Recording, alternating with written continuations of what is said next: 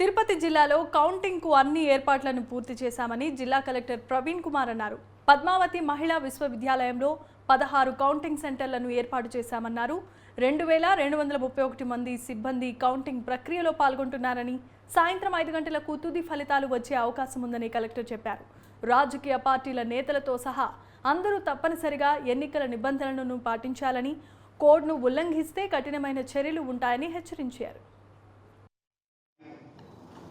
పెద్ద ఉండడం వల్ల అక్కడే 4 పోస్టల్ బ్యాలెట్ టేబుల్ ఏర్పాటు చేసి కౌంటింగ్ చేయబోతున్నామండి. పార్లమెంట్ దాదాపుగా 19,000 చిల్లర అమౌంట్ నంబర్లో మనకి పోస్టల్ బ్యాలెట్ వచ్చాయి. తిరుపతి 23 PC సంబంధించి దానికి సెపరేట్ కౌంటింగ్ హాల్ మేము ఏర్పాటు చేయడం జరిగింది. సో ఈ విధంగా 7 assembly segment, 7 parliament, 14 counting halls Tirupati, అదేవిధంగా పార్లమెంట్ తిరుపతి రెండు కలిపి 16 కౌంటింగ్ హాల్స్లో కౌంటింగ్ మొదలవుతాయి. పోస్టల్ బ్యాలెట్ 8 గంటలకి మొదలవుతుంది.